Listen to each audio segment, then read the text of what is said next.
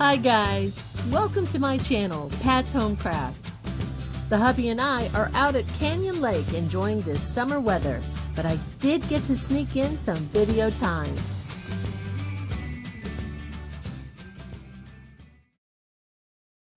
Today, I'm crafting and sharing with you some adorably romantic and patriotic DIYs. In my last video, I gave these two charming pieces a makeover. With this sweet finish, I have the perfect backdrop for my seasonal decor. And with July 4th right around the corner, I needed to get on the ball and whip up some lovely patriotic pieces to showcase.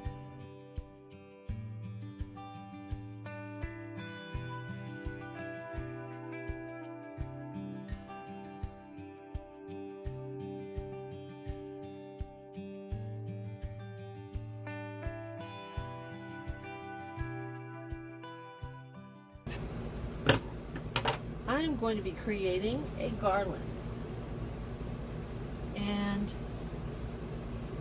I'm going to be using a clothesline for what it will all be tied onto. I'm imagining that I will need probably about a foot for hanging. I'd rather have a little bit extra rather than not enough, and because I can always cut it if I need to. So I need to be sure and have 24 inches of this extra. I will want my garland to do a little dip, so that would be about 22 inches, and then let me make my extra 12 inches for my mark. Now I'm going to go ahead and cut this, and then I'm going to place a mark with a little bit of red in there, so it won't hurt if I use this red pen. For the other side, I want to go ahead and mark that so that I know this is the actual length that I will be using. My strips will probably be about an inch wide. I've already cut from my fabric that I will be using, which is this really pretty red and white checked fabric that I could not believe that I found at Walmart, because fabric is so scarce. I've already cut several strips of it. I won't be using that many, because obviously if I have 22 inches, so that would be 22 pieces I have in this bag. Some that I've used for a different project, and I have several of these. I want to use some of this really cute star material. Being a patriotic theme, this is perfect. I didn't want to go with very dark colors. I wanted to go with some a little bit light colors, so let me go ahead and cut some of these. I will just use this to actually measure what I'm going to need. I'm cutting the length of about 17 inches by 1 inch wide strips.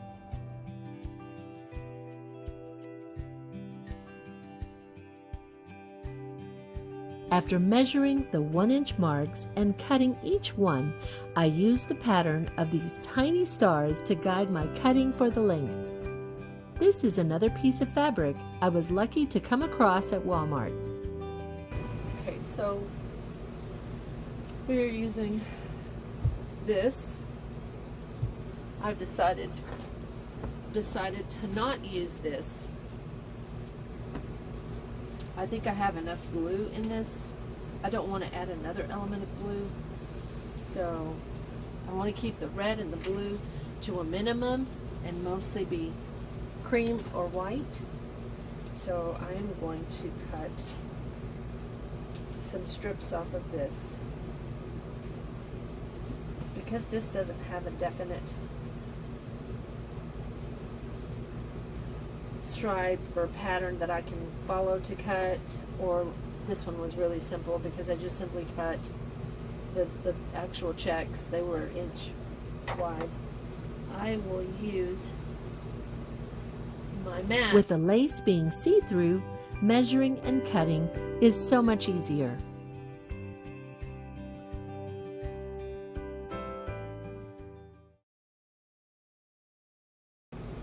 You're going to fold this in half, try to get it even, and then you're going to put it underneath your trim, whatever it is that you're going to make the garland out of. Mine is the clothesline, and I'm going to just simply pull it through the tails, pull them through, and then pull tightly. Almost like it looks like a little, the knot of the tie, of a man's tie.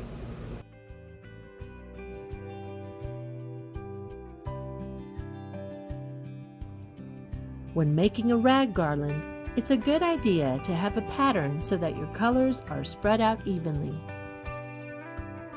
I pulled tightly on all fabric except for the lace because it tended to tear if I pulled too tightly.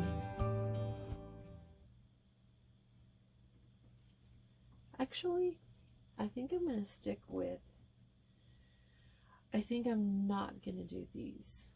I'm not. I'm going to stick with these, all these lighter ones.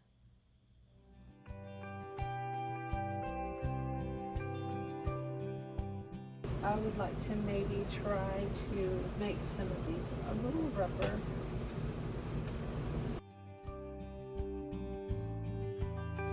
Be sure to have caution when distressing the pieces of material. Just trying to make it bushier by distressing these. And see, they're not all nice and straight. Now they're kind of taking a little bit of a shape there by doing their own thing.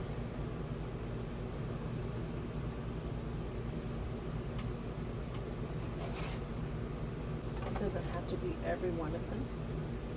Just enough. There we go. This garland is so sweet and romantic and looks dreamy in this mirror with the soft red, white, and blue colors. I'm going to be using this really pretty frame, and I purchased this at Goodwill for about $2.99. I loved this frame. I'm going to paint this white and distress it. We're going to give them some coats of Waverly chalk white,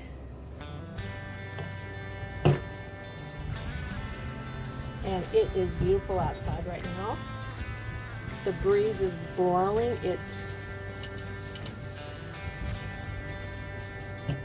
not very hot outside.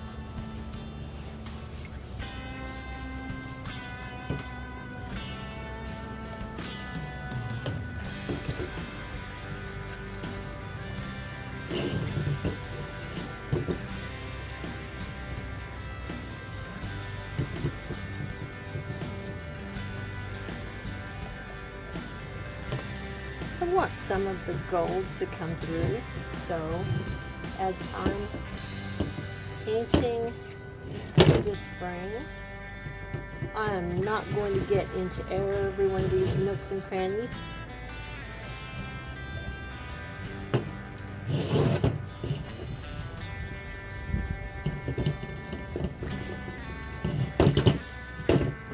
I am going to,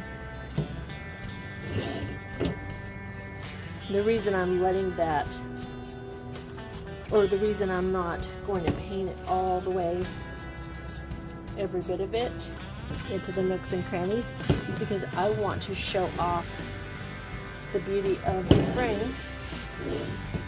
I want to show off that detail. So, and I don't want to add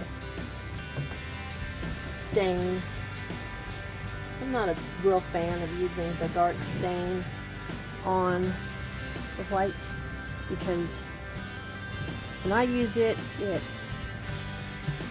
stains up this, the regular, not just goes into the not just into the crannies, but it also stains up the whole thing, and I'm not crazy about the look because it looks really dirty, and that's not what I want going here. So and I really don't think I'm gonna use 2 coats. I think I may just use 1 coat. Maybe because I'm camping, maybe I'm getting sloppy. I don't know, because I'm camping. I don't know. But I do know what I want this to look like, and I don't want... I want to show these off. I want to show this off, and I don't want to put... Oops. I missed, see, I am going a little too fast. I missed this side here.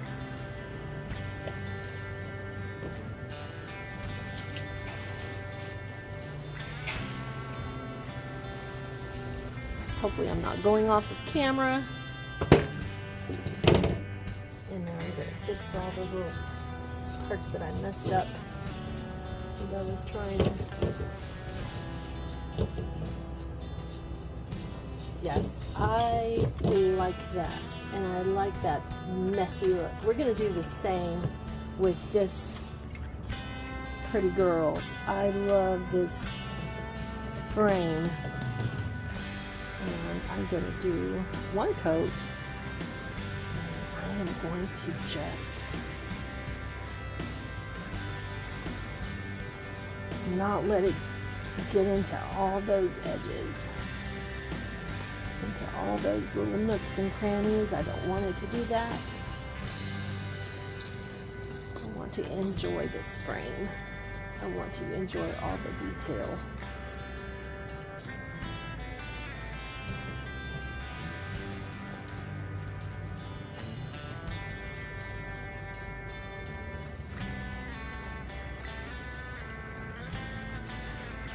I mean, even these edges have a lot of detail. Am I going up?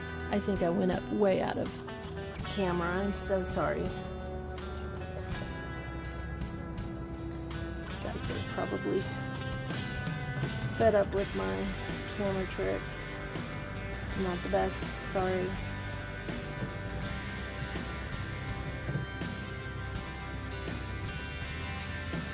Now, I am making the center part a little bit more pronounced and done. These edges.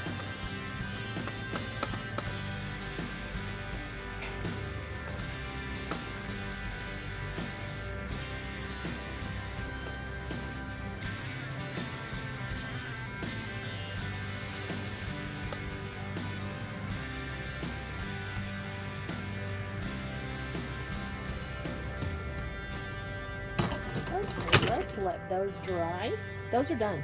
I don't want to do much more to these.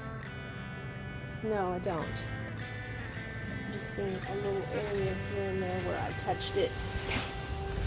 Other than that, I think I want to leave these as is.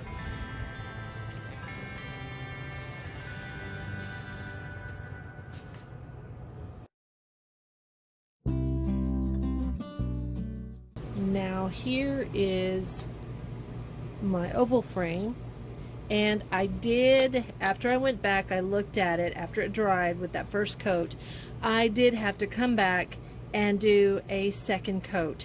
Now I'm wanting to do the number 4 with a TH for 4th of July, and I want to embroider that on this background of this taupey ticking material, and I want to do it in here. So I'm taking,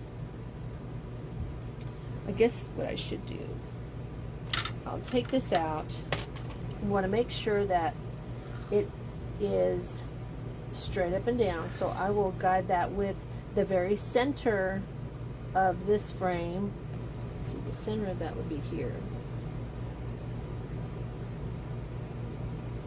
So yes, that is pretty.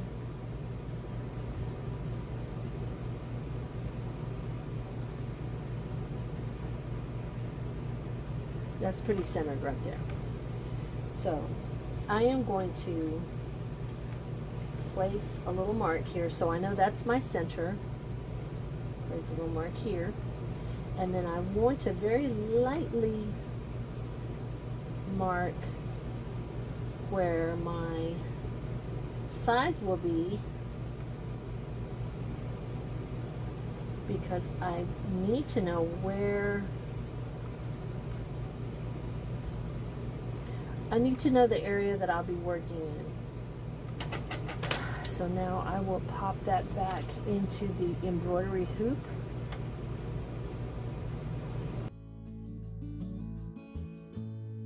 Because I'm going for a vintage look, my freehand drawing of the number and letters can be a little imperfect. The charm will be in the embroidery itself, not the precision of the letters.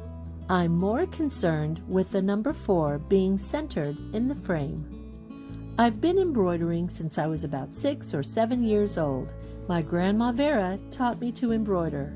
I really love embroidering, and it brings back beautiful memories of both of my grandmothers passing on their vast sewing knowledge down to me. I'm using this embroidery floss. Not sure of the color name, but I can tell you that it is number 349, and it is a very cherry looking red. I'm using a variation of stitches because I'm trying to show that something like this can be quickly made. I'm once again not going for accuracy because this is a primitive and vintage look. If anyone is interested in the actual stitches used, please comment below and I'll give you the info. One important thing to keep in mind with embroidery is that your material should be stretched tightly and securely in the hoop so that you have a smooth surface. The size of hoop is also important. If you are stitching a much smaller project, you should use a smaller hoop. This hoop was slightly too large, but I forgot all my hoops at home, and Walmart is very low on all crafting and sewing supplies. Keep your thread clear of tangles because it is very easy to create a knot where you don't want one. As a last thought, I decided to give the top of my number 4 a point, and I'm glad I did. Now I've trimmed the edges and I will hot glue the material in place to keep it secure. The cheerful red and the vintage material and frame help create a romantic vignette.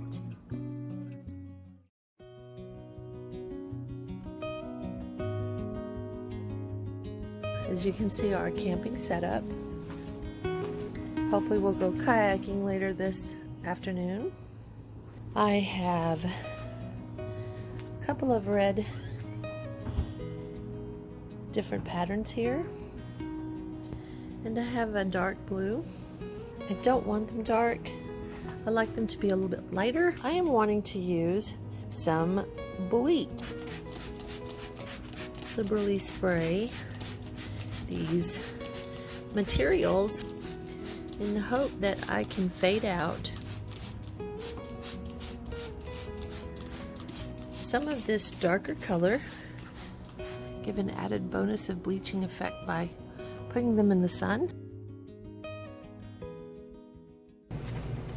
Okay guys, I'm going to put together a patriotic flag, and I'm going to be using this frame, and it has a really sweet, seems like it's hand painted picture in it, and I really don't want to destroy that, so I'm going to use the flip side of it to place my flag on.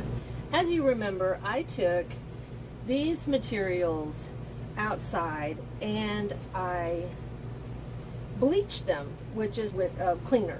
with bleach. And the result is it made it a little more rust. Here's the edge that really didn't get any bleach at all. Let me show you. There we go. Here is the back side of the bleaching. This is the full side that received sunlight and everything. This is the back side of it.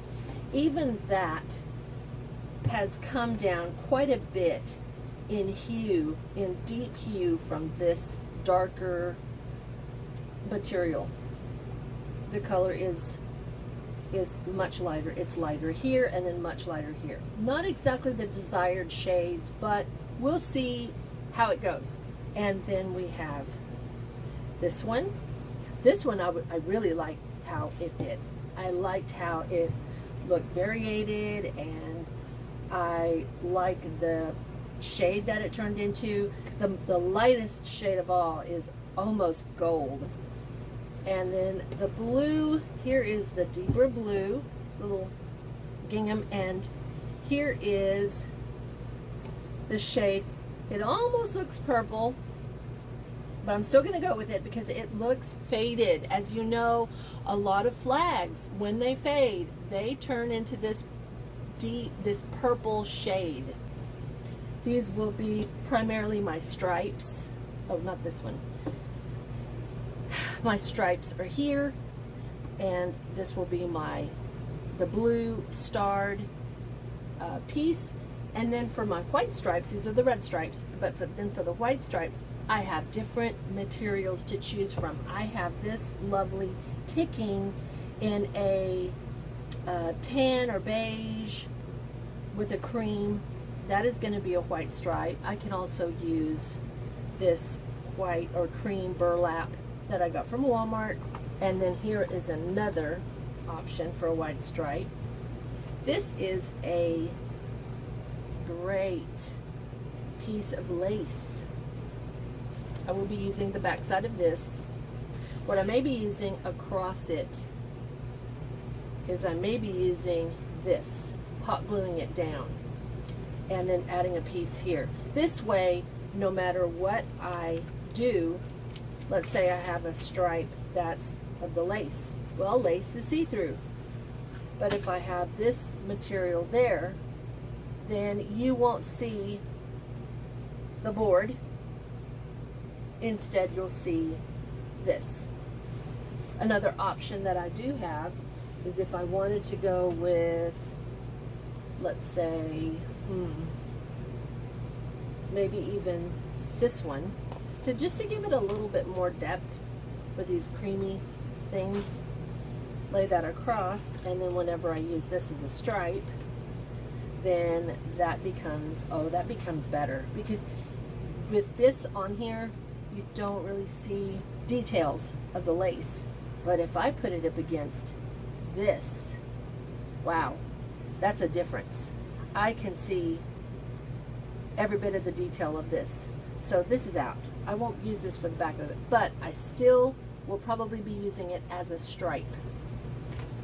And also other things that I have for a stripe are, I have a curtain that I purchased at Goodwill about a year ago. And the reason I bought this is because I've been using it for different crafts, because it is a great piece of lace. I will be cutting a stripe of it, and as you can see, yes, that really does look nicely on this dark red gingham.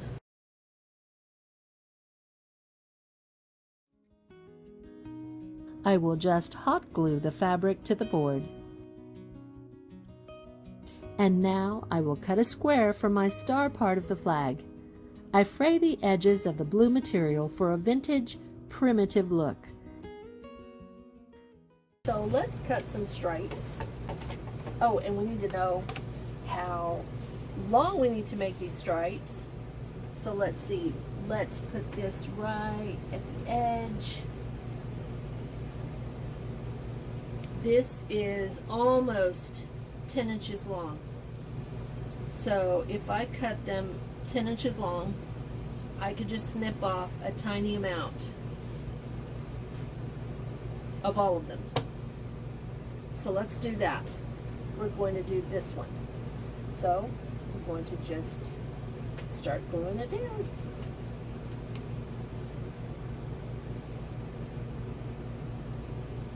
Just gonna put me, and I'm gonna try to pull this thing back, this little frayed edge back, because I want it to show. Now I will put a red stripe down. I think I'm going to go with this little bit deeper one. That will go there. Okay, so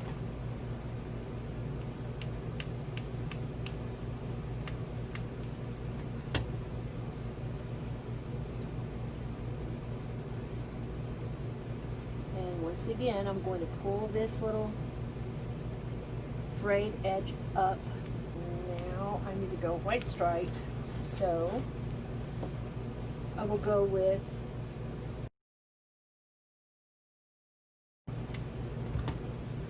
glue and get that going. Okay, so now we want the little gingham, and do we do the darker or do we do the lighter? I'm really worried. I say, let's go for it and let's do the lighter. I say we just go for it.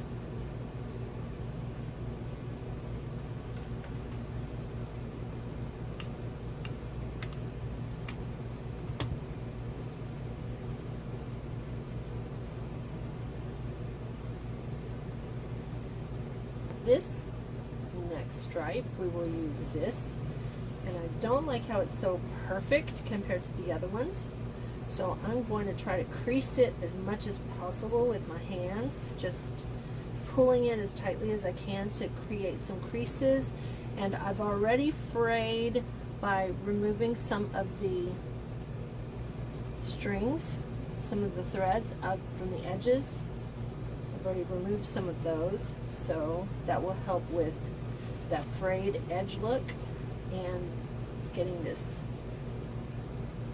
a little more wrinkled. There we go. Now that is looking more cohesive with the rest of this really distressed looking flag, the pieces. So let's go ahead and put that on. There we go. So I'm going to try to smoosh it underneath here.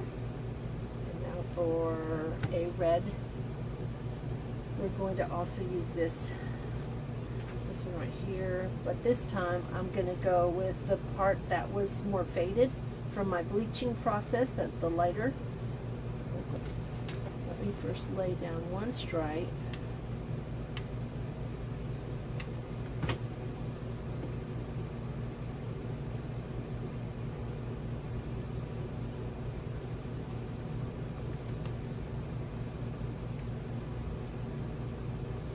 I hate to say this, but I'm thinking if I ruched this just a little bit, it would give an added element of texture with this.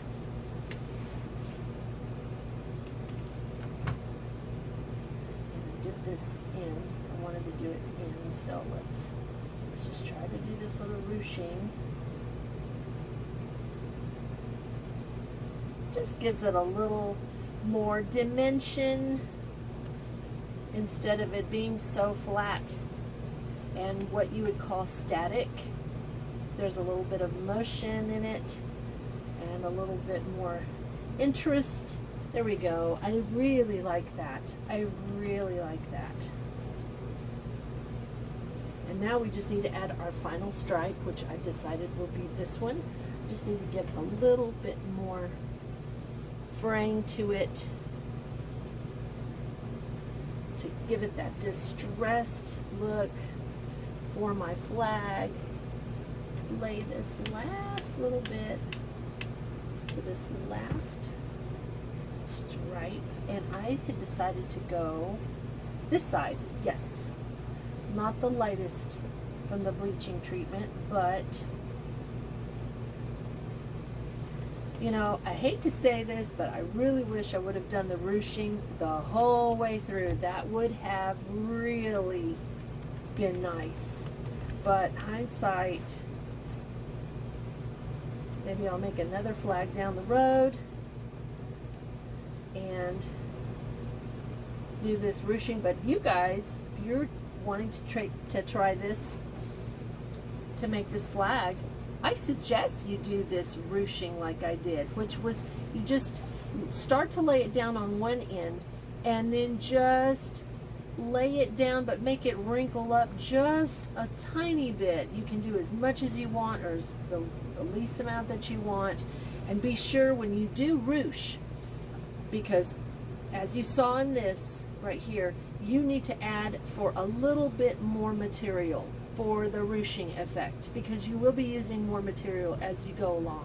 But I highly suggest, I really wish I would have done this. I absolutely love this. I love this already, but I think my flag would have just been that much more authentic looking if it was also ruched along, like as I did this. And then I did just a little bit here, as you can tell. Now trim these out. Remember I told you that we would trim these out once we got this all laid out. I wasn't too worried about, just wanted to make sure I had a little bit over. So when I did trim it out, we have, you know, I did do this before in one of my last videos, which was the ribbon art video that I made for my entryway, and I did do this type of treatment, so I have done this before. Now we've got to create some stars. I have all these adorable buttons that I'm just going to add on. They are not the 50 states. They are also not all the same size. There's a lot of strings going on here, but I will get these strings cut off after I'm finished gluing all these little guys on.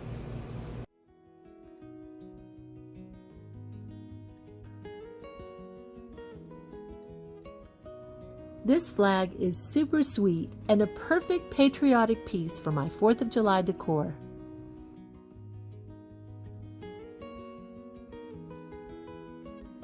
You guys probably know by now that I love angels, and this adorable angel was gold, but I chalk painted him in Waverly Agave and then dry brushed Waverly white chalk paint over that. My angel is sitting on a glass candle holder, and that is sitting on some books in this box that is part of the mirror. Except for the greenery from Walmart, all the floral is from Dollar Tree. I trimmed each stem from the branch and arranged them. I chose whites and creams, some with pink tips to bring out the soft red I'm using for my patriotic scene. And of course, I chose my beloved bluebonnets.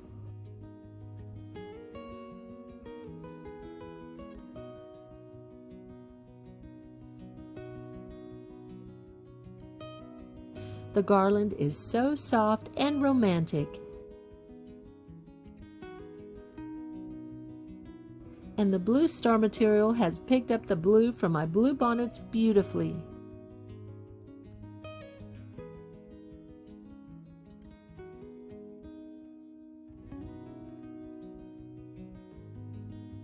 This cute little glass chicken was a gift from my sweet friend Tracy, and it gives my decor that vintage farmhouse touch. Thank you, Tracy!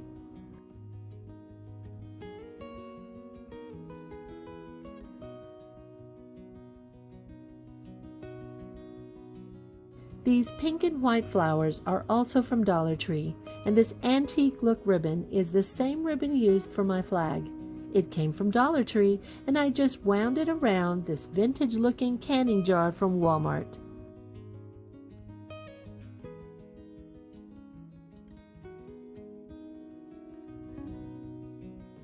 This is a plastic gold frame that I painted using the same method like my angel, with agave and white chalk paint.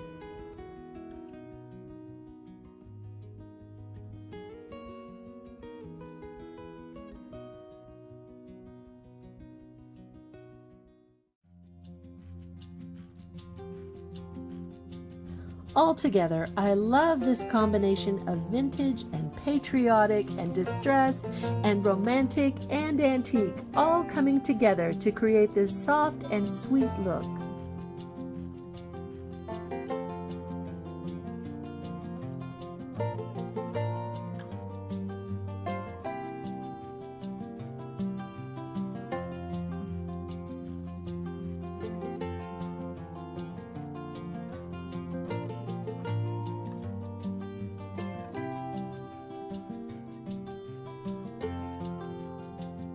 This has been a labor of love, but it was worth all the hard work because I love this little corner in my home.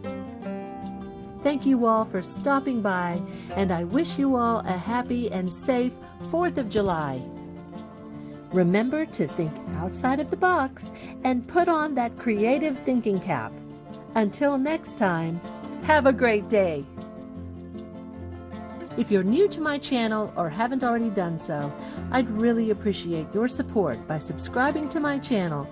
And if you click on the bell next to the subscribe button, you'll be notified of all my upcoming videos.